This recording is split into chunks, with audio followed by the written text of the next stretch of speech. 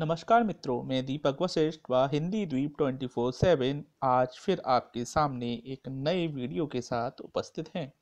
आज हम अपनी हिंदी पुरस्कार व सम्मान की सीरीज के दूसरे वीडियो को आपके सामने प्रस्तुत करेंगे, जिसका विषय है ज्ञानपीठ पुरस्कार। तो चलते हैं हिंदी साहित्य जगत की एक नवीन यात्रा पर। ज्ञानपीठ के विषय में पहले हम थोड़ा विस्तार से पढ़ लेंगे, जिससे परीक्षाओं में आने वाले प्रश्नों को हम आसानी से हल कर सकें। तो देखते हैं। ज्ञानपीठ पुरस्कार भारतीय ज्ञानपीठ न्यास द्वारा भारतीय साहित्य के लिए दिया जाने वाला सर्वोच्च पुरस्कार है।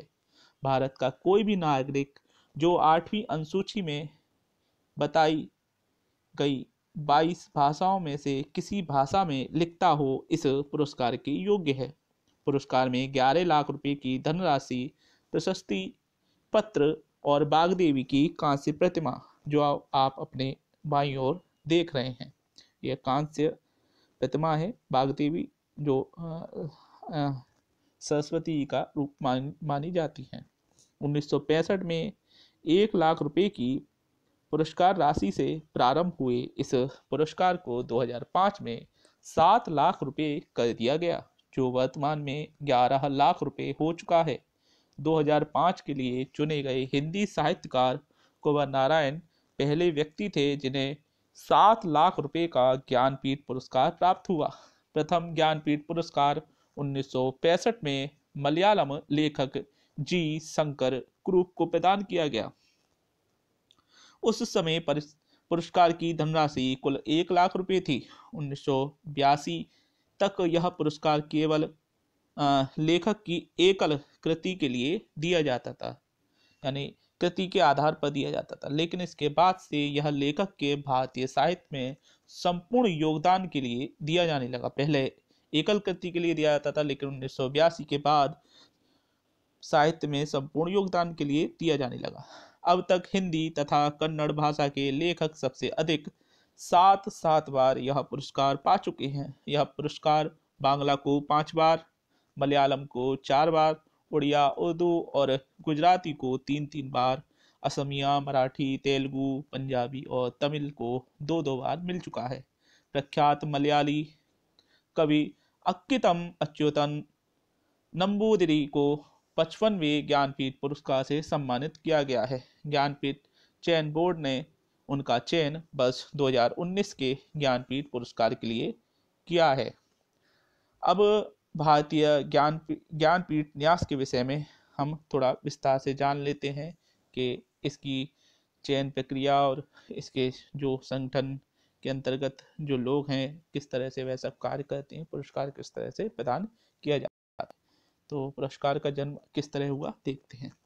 22 मई 1961 को भारतीय ज्ञानपीठ के संस्थापक श्री साहू शांति प्रसाद जैन के 50वें जन्म दिवस के अवसर पर उनके परिवार के सदस्यों के मन में यह विचार आया कि साहित्यिक या सांस्कृतिक क्षेत्र में कोई ऐसा महत्वपूर्ण कार्य किया जाए जो राष्ट्रीय गौरव तथा अंतर्राष्ट्रीय प्रतिमान के अनुरूप हो। इसी विचार के अंतर्गत 16 सितंबर 1961 को भारतीय ज्ञानपीठ की संस्थापक अध्यक्ष श्रीमती रमा जैन ने न्यास की एक गोष्ठी में इस पुरस्कार का प्रस्ताव रखा। 2 अप्रैल 1962 को दिल्ली में भारतीय ज्ञानपीठ और टाइम्स ऑफ इंडिया के संयुक्त तत्वाधान में देश की सभी भाषाओं के 300 मूर्धन्य विद्वानों ने एक गोष्ठी में इस विषय पर विचार किया। इस गोष्ठी के 2 सत्रों की अध्यक्षता डॉक्टर बी राघवन और श्री भगवती चरण वर्मा जी ने की और इसका संचालन डॉक्टर धर्मवीर भारती ने किया।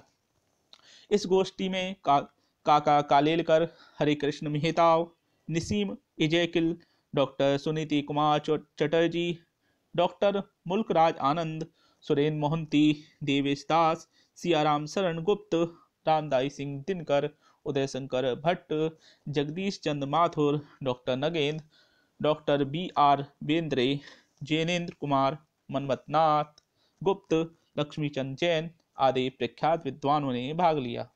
इस पुरस्कार के स्वरूप का निर्धारण करने के लिए गोष्ठियां होती रहीं और 1965 में पहले ज्ञानपीठ पुरस्कार का निर्णय लिया गया। पहले 1965 में पहले ज्ञानपीठ पुरस्कार प्रदान करने का निर्णय लिया गया। अब जब 1982 में 82 से पहले जो भारतीय साहित्यकार हैं जिनको उनकी कृतियों के आधार पर यह पुरस्कार या सम्मान प्रदान किया गया, वह थे चार कौन कौन से हैं वह हम पढ़ लेते हैं। सबसे ज़्यादा प्रश्न इन्हीं चारों से पूछा जाता है, इसलिए इनको विस्तार से और समझ लेंगे अच्छी तरह से तो इससे संबंधित लगभग 50% काम आपने कर लिया। और इसके बाद के आप पहले और अंतिम को देख लीजिए, और हिंदी में पहले और अंतिम कौन है इनको देख लीजिए। तो चलिए, हिंदी में पहले हैं सुमित्रानंदन पंत, जिनको उनकी कृति चिदंबरा के लिए, जो कि एक काव्य कृति है, 1968 में यह सम्मान प्रदान किया गया। रामदाई सिंह दिनकर जी को उर्वशी काव्य के लिए 1972 में ज्ञानपीठ पुरस्कार दिया गया। सच्चिदानंद हीरानंद बादशायन अज्ञे जी को 1978 में उनके काव्य कितनी नावों में कितनी बार के लिए पुरस्कृत किया गया। और 1982 में काव्य यामा के लिए महादेवी वर्मा जी को इस सम्मान से सम्मानित किया गया। तो पंत, दिनकर, अज्ञे, महादेवी वर्मा 1968, 72, 78 और 82 तथा चिदंबरा, उर्वशी, कितनी नावों में कितनी बार और यामा, यह याद रखने वाली बात है। इसके बाद हम उन लेखकों लेखिकाओं को देखेंगे जिनको उनके साहित्य में पूरे योगदान, संपूर्ण योगदान के लिए यह सम्मान आगे दिया गया। हम यह बात करेंगे सिर्फ हिंदी से संबंधित, और आप देख रहे हैं कि हम हिंदी से संबंधित बात ही अभी तक जो हमने चारों बताए हैं वह हैं। ठीक है, आगे बढ़ते हैं। 1982 के बाद जिन लोगों को यह पुरस्कार दिया गया उनके संपूर्ण योगदान के लिए, वह यह 7 लोग हैं।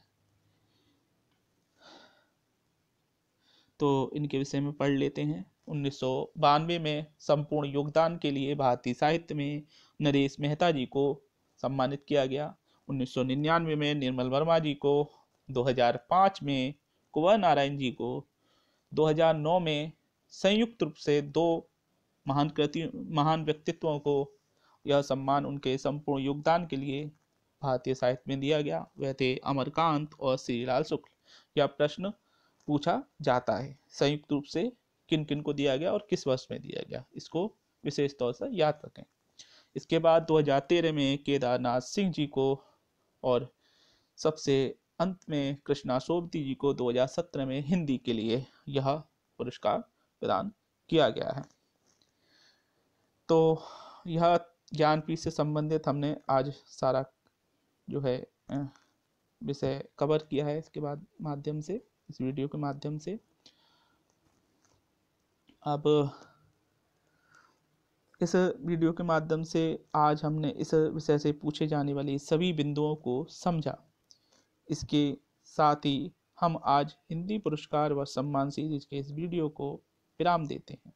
दीपक वशिष्ठ हिंदी द्वीप 24/7 का यह प्रयास आपको कैसा लगा, कृपया लाइक शेयर करें और कमेंट करके अवश्य बताएं, जिससे हम अपने आपका आकलन कर सकें और बेहतर अध्ययन सामग्री आपके सामने प्रस्तुत कर सकें।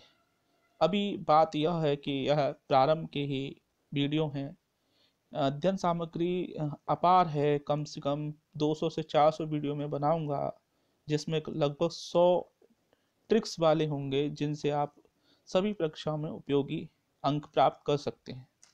और फिर विस्तार से भी पढ़ना आवश्यक होता है, इसलिए बीच बीच में मैं इस तरह की सीरीजों को चलाता रहूँगा। तो आज के लिए इतना ही, फिर मिलेंगे, तब तक के लिए विदा। आपका दिन मंगलमय हो और सफलता आपके कदम चूमे। धन्यवाद।